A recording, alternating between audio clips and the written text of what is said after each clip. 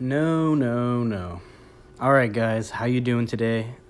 We have a lot to talk about. I'll try to make it short and sweet, but basically, only watch this video if you are, a hardcore player of Destiny and you consider yourself very competitive in the PvP scene or even the PvE scene as far as raids. Okay, so right now they've been doing a director's log, and there's three sections. This is the third section, the final section, where the director of the game, Destiny 2, is talking about different things going forward and looking back. So here I'm going to read a little bit about the PvP. Specifically, I want to talk about Trials of the Nine, Trials of Osiris. In my opinion, the best part of the game besides the raids.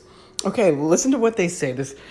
Oh man, so much frustration. Okay, so there's been a lot of conversation internally and externally at different points during the year around the support Bungie provides for PvP. Yeah, you guys provide almost zero support. On one hand, we have continued to tune the game each quarter, adding pinnacle PvP weapons that somehow ended up as pinnacle PvE weapons. We tried out a ranking system in the Crucible, and we returned the game to 6v6. Trash, absolute trash, okay? Terrible. On the other hand, we haven't released a permanent game mode. Many game modes from Destiny 1 are nowhere to be seen. There isn't a public-facing PvP team, and the last real thing we said was Trials is staying on hiatus indefinitely. Oh my gosh, it makes me so mad because they have a gem. They have a golden gem that they could be, shining and showing to the world, sharing with the world, yet they've destroyed it, they've smashed it, and they've turned it back into just carbon, into dust. Let's get some of this sorted out. Trials of the Nine wasn't the hero we wanted it to be. I'm like, what? Trials of the Nine was fantastic. No, it was not as good as Trials of Osiris from Destiny 1. Okay, fine, it wasn't as good. It was still miles and miles better than anything in Destiny 2. Better than anything that they put in the game. And they took it out. We made too many changes to the formula. That while it had begun to decline in Destiny 1, wasn't as flawed as we thought. No, Destiny 1 was like the number one game on Twitch back in the day, you guys, if you remember, because of Trials, because of the competitive, that scene of just 3v3 small game mode, super sweaty, super intense, super competitive, and you had to win 9 matches in a row. There's so much to it. There's so much to it. And I'll keep talking about it. Okay. Where is it? When we were making Destiny 2, we talked a lot about making sure it felt like a sequel, bringing in new players and simplifying the game. And Trials of the Nine created another casualty here. It happened on my watch, and if I could turn back time, I challenge us to do many things differently. Yeah, like how about not removing it from the game? If nothing else, I hope it's clear that we are committed. No, it's not clear at all that you guys are committed. It's not clear at all. You have ignored PvP for over a year. Over a year now, you've just ignored it entirely. The competitive side, of course. Regular trash PvP, quick play, get out of here with that. Get out of here. Okay, there were some really cool parts of the Emissary. Yeah, there were some awesome parts. The whole idea of going to that place, to that world, that external reality, wherever you were with the rainbow and the floating pillars, it was beautiful. It was something to strive for. It was a place that most people could never go to because they were just not good enough. And that's the whole idea, is having a skill curve, a skill gap where people can express themselves through their skill to show if they are better or worse than anyone else. That's what it's all about in these types of games, that you completely remove that by just having quick play and competitive, which means nothing. It means nothing. Okay, so there were some pretty cool things. Some of the gear was pretty potent. Yeah, absolutely. Like having the gear in Trials, the specific armor and weapons that you could only get in Trials, that is one of the most alluring aspects of it. When you see somebody walk by in the tower, walk by when you're playing the game, and you just see that armor, the guns they have, and they're glowing, and you're just like, what the heck? Where did they get that? It's amazing. It's so cool. I want it. But you can't just get it. You can't just buy it with your little money. No, you have to earn it. You have to be good enough. You have to have teamwork. You have to earn it. Okay, And Trials, let's see. So some of the theme felt weaker. The theme felt on par. The theme was just on par. That lady that talked to us, the Emissary, she was incredible. She was fantastic. I loved her. Hearing her talk to me while I was playing in the matches it boosted my level of playing to astronomical levels, you guys. Like she would say, no one to help you, Like she would just say these things when you're playing the game and your team died and you're the last one alive. She would say, no one to help you. Embrace this. Like, Oh my God, the things she would say would just get you so fired up. It was awesome. And by the way, for anyone wondering, you can look me up. I have 51 flawlesses in Trials of the Nine in Destiny 2. Lion Rocket Sauce is my gamer tag. Check me out. Look at my stats.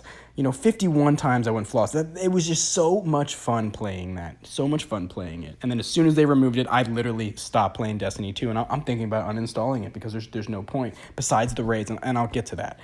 Okay. I'll get to the flaws with the raids. Okay. So, some of the themes felt weaker in Trials. The card was less important, that's true, and the stakes felt lower. I don't know about that.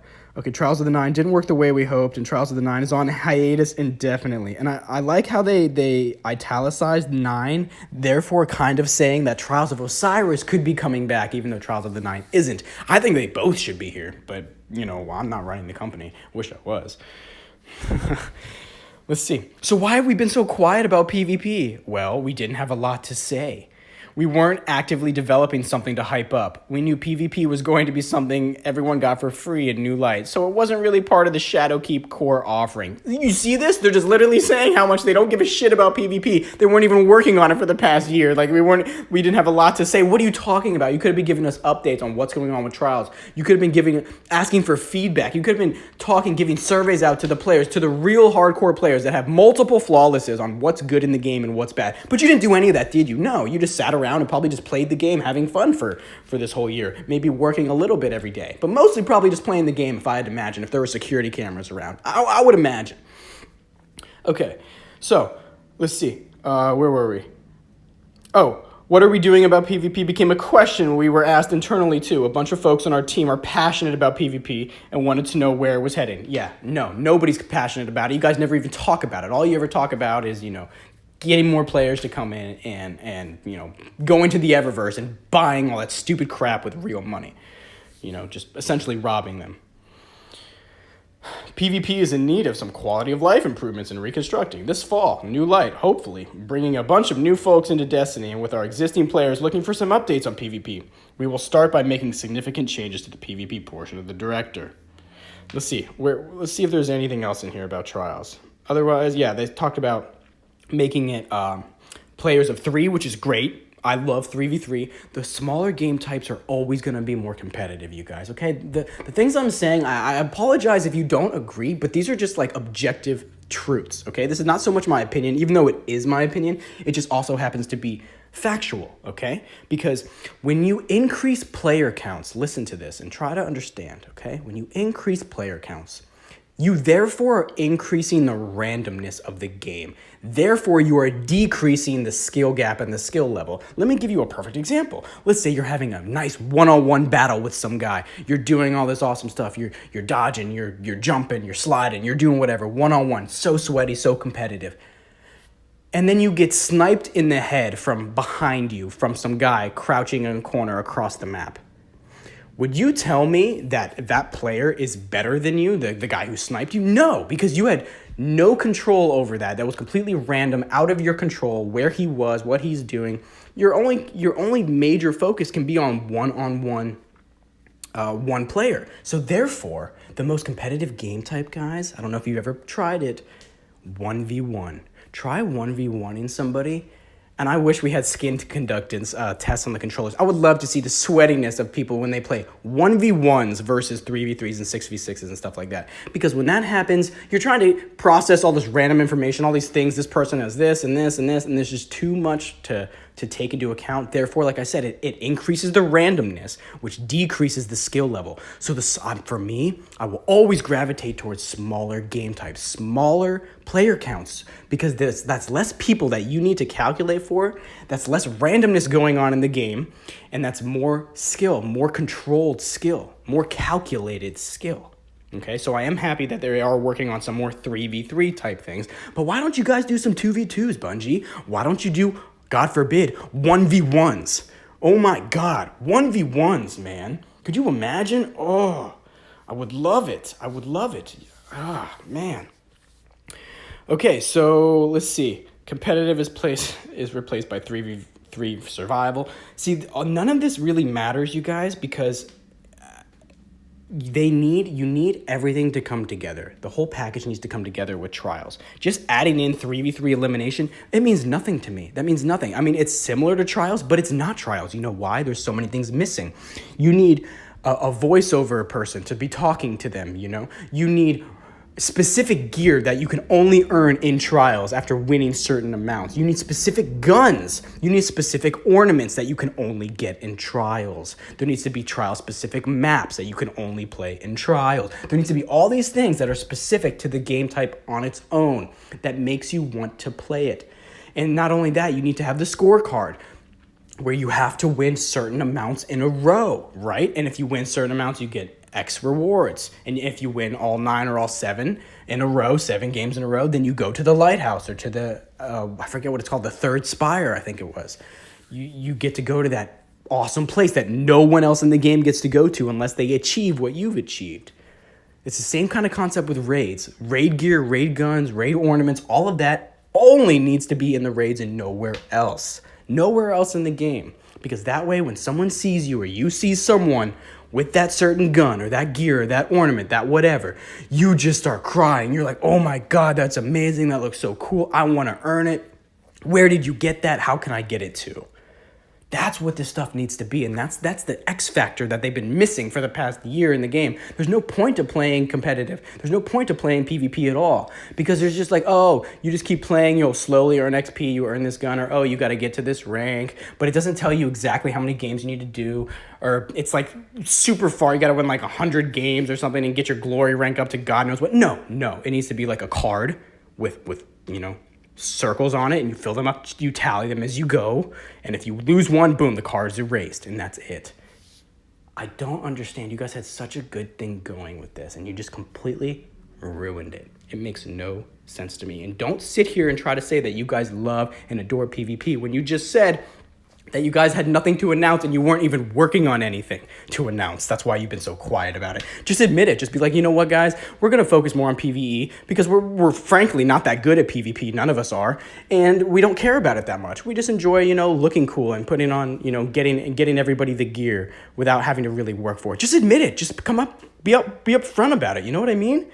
Don't try to string us along the hardcore PvP guys because we're gone. We're gone. The people I used to play trials with, they're gone. I haven't talked to these guys in over a year. We're all just playing different games, doing other things because there's no point. There's no trials. There's no point to that prestige. There's nothing there for us to grab, to go for. That it's like, look, we have this, and I guarantee you less than 1% of the players have this thing too. Now when you walk around, you see a gun, everybody's got that gun. Everybody has the armor piece. You can just earn it pretty easy, willy-nilly, whatever. So that's my thoughts on trials, guys. Needs to be 3-on-3, in my opinion. 4-on-4 is the maximum it could be. But guys, why not a 2v2 trials? Why not a 1v1 trials with specific guns and specific armor and ornaments that you can only earn in those playlists? Could you imagine you're walking around the tower and you see someone and you can just tell by their armor or their guns, you're like, oh my God, that guy right there, he's a 1v1 master. All he does, he plays trials 1v1 and he's going to destroy everyone because I can tell he's got the cloak, he's got the helmet, he's got the arms, whatever it is. And you would be able to tell and know where they play most of the game. That's how it should be. If you see someone else walk by, you should know. Are they a raider? Do they like doing raids? Oh, that person, they only do strikes. That person only does campaign, whatever. You should be able to tell so quickly, so easily to decipher between the different armor sets and the different guns. But you don't. You don't, Bungie. All your shit looks kind of the same, kind of similar. Some of it does look kind of really cool. Some of it looks really cool. But in order to get those really cool things, you do stupid stuff like buy it from the Eververse, buy the ornament, or play this, earn this much XP. No, it has to be skill-based. It has to be small objectives that you can accomplish in a short period of time, but they have to be incredibly difficult, They have to be incredibly difficult.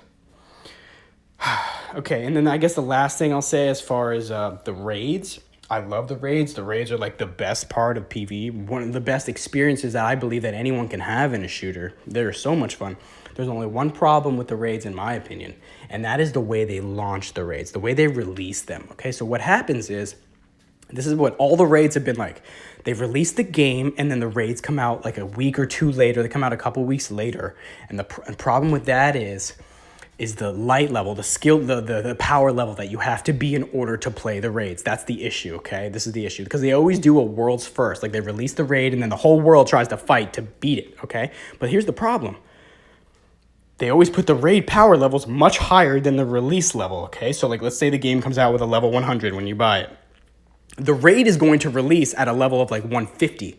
So therefore, if you're not playing Destiny, if you're not playing the game every single day, 24 hours a day until the raid drops, you're going to be under leveled. You're not going to be able to even accomplish the first encounter in the raid. This happens to me every single time that raids come out. I play the game as much as I can, but I work, I have a job, I have a life, so I can't play 24 hours a day like these streamers can, like these guys who get paid to fucking play the game. They sit there and just play it and they get paid to do it as a job. No, the rest of us, normal people, even though we're hardcore players, we love the game and we're skilled, we don't have time, okay? We have lives. We have things to do, all right?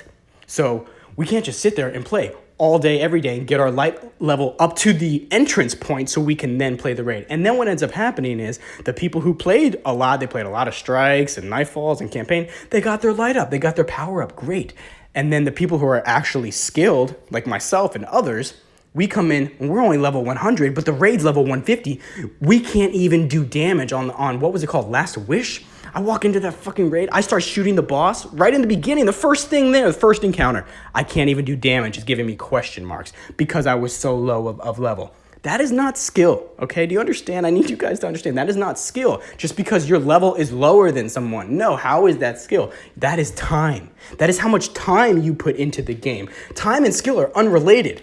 You guys got to get this through your heads. They're completely unrelated. Now, in general, yes, if you spend more time playing, you will gain skill. However, in general, if you just give someone a new encounter, how much time they can prepare for it has nothing to do with it because it's new. They have no record or no recollection of anything similar to this. It's a new raid, new thing, new enemies, new encounters. How much time you were playing strikes should not impact the raid at all. So here's the solution, a very simple solution, guys. Keep everyone's light, keep everyone's thing, whatever. You know, if somebody wants to play to level, 100 in the first week, they want to grind playing stupid strikes and Crucible all day, fine, let them. But when the raid drops, you drop it at a base level. No matter who you are, it doesn't matter if you're level 0, it doesn't matter if you're level 100. The raid, when you walk in, all Guardians should be at the exact same level, the exact same power. You can still use different guns, but everything should be equal in damage, equal in light, equal in power. You see what I'm saying? Then you took out that random time factor, which means nothing, and it comes down to skill. It is no longer about, oh, I'm shooting this boss in the head, but I'm getting no damage. No, it now comes down to, okay, we all do the exact same damage to this boss. The question is, how can we